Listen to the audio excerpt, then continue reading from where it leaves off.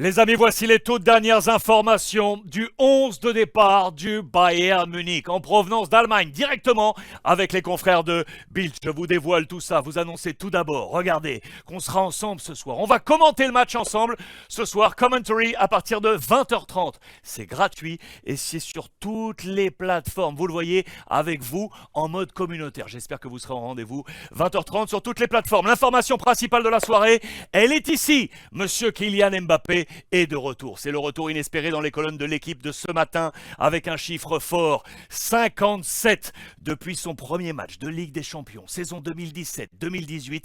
Kylian Mbappé est directement impliqué sur 57 buts en 50 matchs. C'est complètement dingue. 34 buts inscrits et 23 passes décisives. Il est le seul joueur ayant marqué au moins 20 buts et délivré au moins 20 passes décisives sur cette période. La question est donc là, y a-t-il une Mbappé dépendance? La réponse est oui les amis. Toujours dans les colonnes de l'équipe en chiffres avec les copains d'Opta. Avec lui, c'est 72% de victoire. Sans lui, c'est seulement 47%. Avec lui, c'est 2,6 buts inscrits. Sans lui, 1,6 par match. Il devrait être sur le banc des remplaçants. Mais attention, lorsqu'il sort, normalement, ça marque. Regardez, c'est arrivé à 2 reprises cette saison. Sorti du banc, il a marqué à 1 reprise et délivré une passe décisive. On veut des buts ce soir du côté du Paris Saint-Germain. C'est la une du quotidien L'équipe, logiquement. Rappel du programme de cette Ligue des Champions sous forme calendaire. Ce soir, c'est donc Paris-Bayern et Milan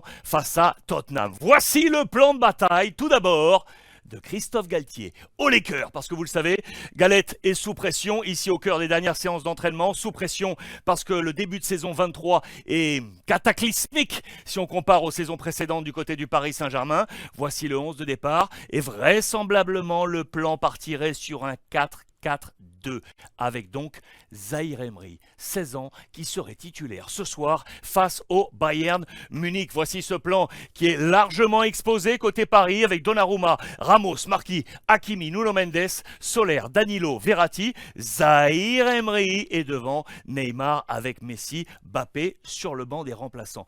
Œil sur le Bayern Munich. Attention, soyez attentifs, je vais également vous montrer la presse allemande Bild et ce n'est pas exactement le même 11 de départ. Je vous rappelle également l'absence de Mané et de Neuer. Mané et Neuer. Dans les buts, Sommer, le français Upamecano avec De Ligt à droite, Cancelo à gauche, Alphonso Davies, Musiala, Kimmich, l'autre français Kingsley Coman, Choupo-Moting, presque français, le Camerounais puisque évoluant, souvenez-vous du côté du Paris Saint-Germain, et Thomas Müller. Le changement avec Bild, c'est ici les amis. Selon les Allemands, on skipperait Sané et on monterait d'un cran Musiala. Regardez, je vous ai apporté ça dans les colonnes de Bild ce matin. C'est ici, Musiala grimperait d'un cran pour faire entrer du muscle, les amis. Du muscle. Avec Goretzka associé à Kimmich, voici le changement vraisemblablement selon la presse allemande. Les deux coachs, je dis bien les deux coachs, sont sous pression. Christophe Galtier, ça on le savait déjà. Mais si vous n'êtes pas spécialiste de la Bundesliga, sachez que cet homme, Nagelsmann, le coach du Bayern Munich, est dans un point de rupture. Oui, regardez les colonnes aujourd'hui du quotidien allemand. Le destin de ces hommes passe par Paris, est passé par Paris notamment pour Carlo Ancelotti, l'ancien du PSG, qui a pris ensuite le Bayern Munich, qui était revenu à Paris avec le Bayern 2017, défaite 3-0 pour Carlo Ancelotti. Lui, Hansi Flick, face à Paris, c'est le trophée, c'est la coupe, c'est le point positif, c'est la finale de 2020, remporter 1-0 face au Paris Saint-Germain. La question est donc là, quel sera le destin de Nagelsmann? Regardez les colonnes de Bild encore, ça c'était hier, c'était un Bayern chaud bouillant autour de cet homme. Pourquoi ? Pourtant, victoire en championnat, 3-0. Sauf que depuis le début de l'année, l'organigramme de direction du Bayern n'est pas vraiment content du jeu proposé par Nagelsmann. Il y a un joueur qui symbolise ça. C'est lui là, Gnabry. Cela ne passe plus du tout entre les deux hommes et vraisemblablement, Gnabry, vous l'aurez compris, est sur le banc des remplaçants. Attention, parce que l'organigramme est là, avec Salihamidzic et Oliver Kahn complètement dépités dans les tribunes, alors que le Bayern s'est imposé 3-0. Voilà pourquoi fois le père Nagelsmann est en danger, c'est l'euro-alarme. Dans les pages intérieures, Bild Sport, vous le voyez, regardez le classement de la Bundesliga, là on comprend un peu mieux. Regardez le Bayern, ok on est en tête comme le Paris Saint-Germain, mais seulement un point d'avance face à l'Union Berlin. On pense à l'Olympique de Marseille, on pense à Lens, on pense au poursuivant du PSG qui amène la pression à Christophe Galtier. Un point sur l'Union et seulement, entre guillemets, 3 points avec le Borussia Dortmund. Victoire face à Bochum, je vous l'ai dit, mais regardez ce symbole, Nagelsmann est ici. Et donc Serge Gnabry, qu'on a avancé davantage pour sa coupe de cheveux que pour sa performance sur le terrain. Ça, c'est très intéressant. Regardez d'ailleurs, voici la composition d'équipe de Nagelsmann dans ce match face à Bochum. Et regardez les notes, je vous rappelle, 1, c'est une bonne note, 5, c'est une mauvaise note en Allemagne. Regardez ces notes, justement. Il y a plus de 4 et de 5 que de 1 et de 2. Les deux, Upamecano, De Ligt, le français est là.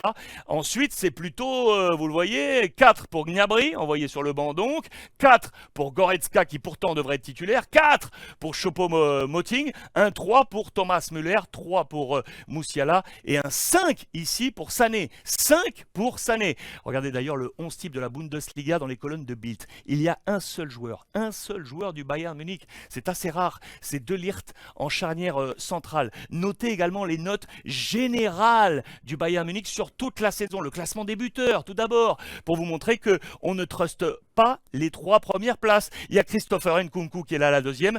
C'est Füllkrug, le joueur du Werder, qui est ici à la première place avec 13 buts inscrits. Les joueurs du Bayern sont pourtant dans le top 10 avec Musiala ici et le Perse Serge Gnabry. Musiala, attention, reste pour autant le meilleur joueur de la saison. Selon les notes de Bild sur la moyenne, on est à 2,47. Nagelsmann, lui le coach, sous pression, et oui sur le podium, mais à la 3e place avec une moyenne de 2,75 par match. Comparaison entre les deux équipes sur la scène européenne. C'est dans les colonnes des quotidiens anglais que je vous ai trouvé ça. L'état de forme sur la dernière décennie. Le trait rouge, logiquement, le Bayern Munich. Le trait bleu, le Paris Saint-Germain. Vainqueur Bayern ici et vainqueur ici, bien évidemment, face au Paris Saint-Germain, finaliste pour le reste. Vous voyez que le Bayern est tout le temps, quasiment tout le temps, au-dessus du Paris Saint-Germain. Dernière saison, élimination du Bayern en quart de finale, élimination du PSG, je vous le rappelle, en 16e de finale. Je vous rappelle la comparaison également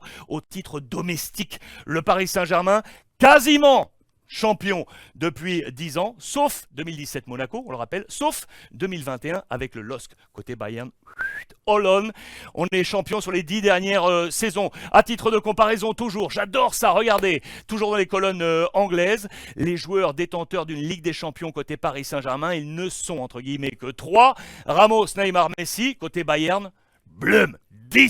10 joueurs du Bayern détenteurs de la Ligue des Champions. Je vous ai mis également au point de vue des transferts, quels sont les top transferts dans les deux clubs. Côté Paris Saint-Germain, c'est Neymar avec 200 millions de livres. Et côté Bayern Munich, le record, on est loin, hein, plus du double, 80 millions de livres pour le français Hernandez. Et enfin, la dernière information, les amis, que je voulais vous montrer, regardez, c'était également dans les colonnes de l'équipe pour voir un peu comment ça se passe au cœur du vestiaire. Voici le schéma proposé par nos confrères du vestiaire du Paris Saint-Germain pour savoir quels sont les affinités, qui est à côté de qui, regardez, placé par affinité. Je vous ai fait un zoom d'ailleurs sur toutes ces séquences. Regardez le haut là pas le haut du panier bien évidemment, mais le haut du vestiaire.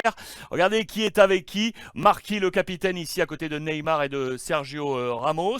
Regardez, assez intéressant, il n'y a pas Messi. Messi n'est pas dans cette partie-là.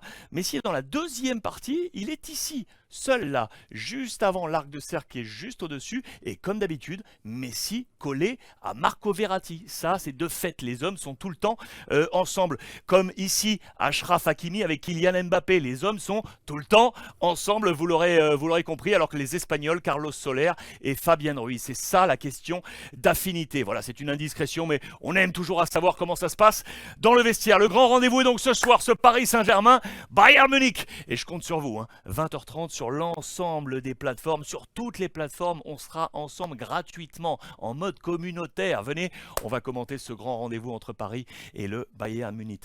Hâte de vous retrouver ce soir, 20h30. À tout à l'heure.